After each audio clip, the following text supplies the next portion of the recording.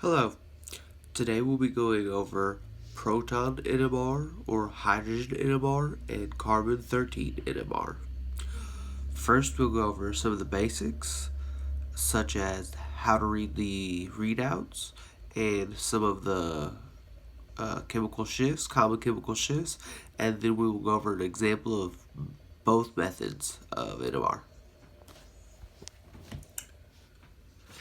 To begin, you will see that each graph starts with an X and Y, and the X is the chemical shift or frequency, and the Y is the intensity of the sample.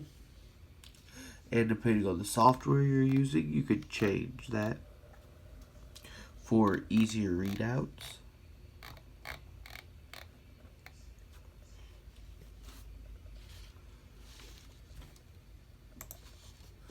So, some of the the basics for that. If you look here at the printout that I've made,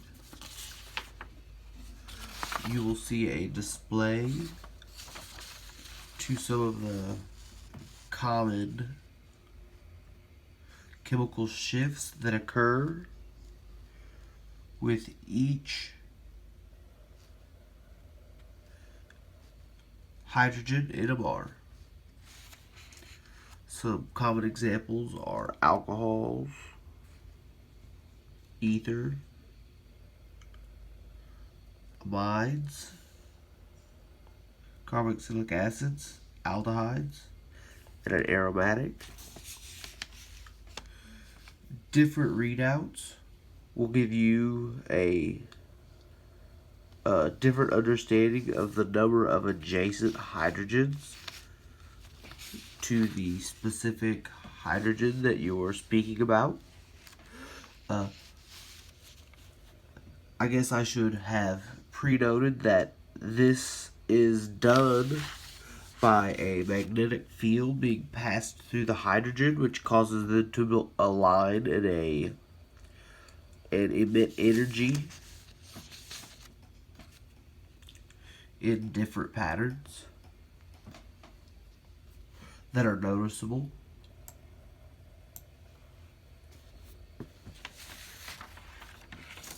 So, first we will look at a hydrogen NMR, and this is the hydrogen NMR for a phenol.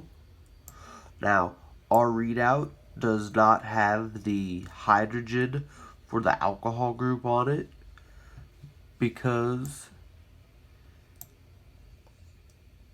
it is a liable proton and is not predicted.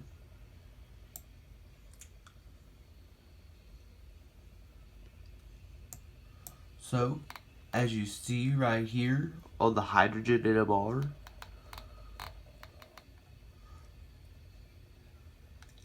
it has a readout along the bottom here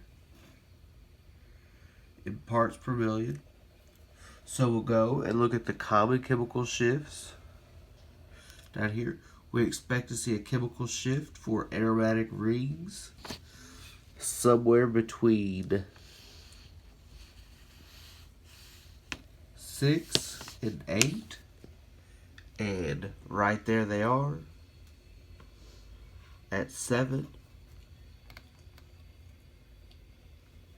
So that's perfectly lined up for that.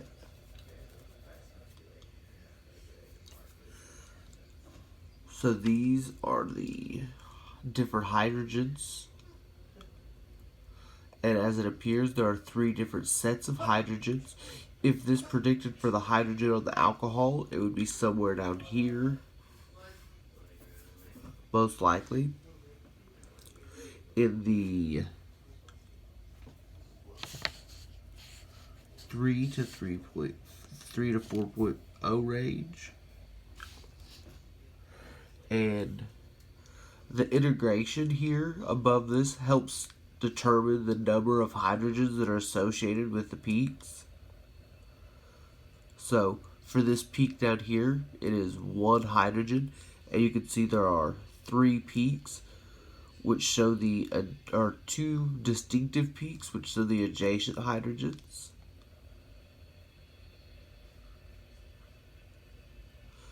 And the integration, which is mentioned above both here.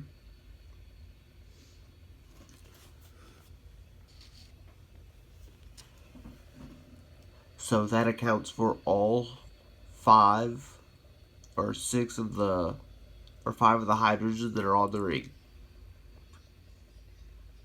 And then the mentioned hydrogen that was not accounted for in the alcohol.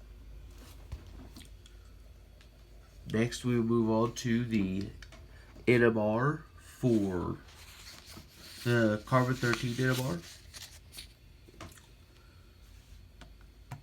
for phenol. Again, the basics for this are the same. It's parts per million of the chemical shift across the bottom and the intensity across the side.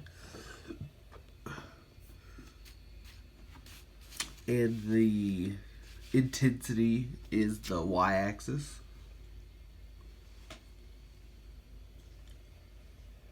As you look here again, you can see the chemical shifts for the carbons.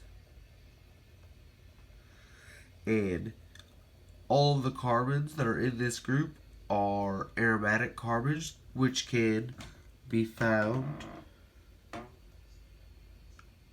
in a specific range right here from 100 to 150.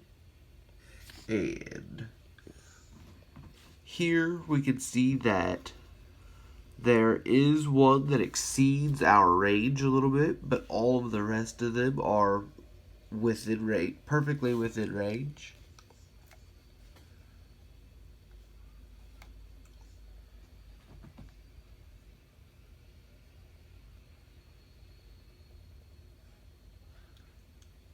And it is expected that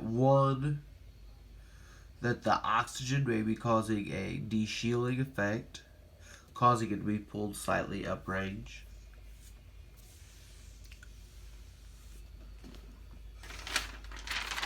This is how to perform a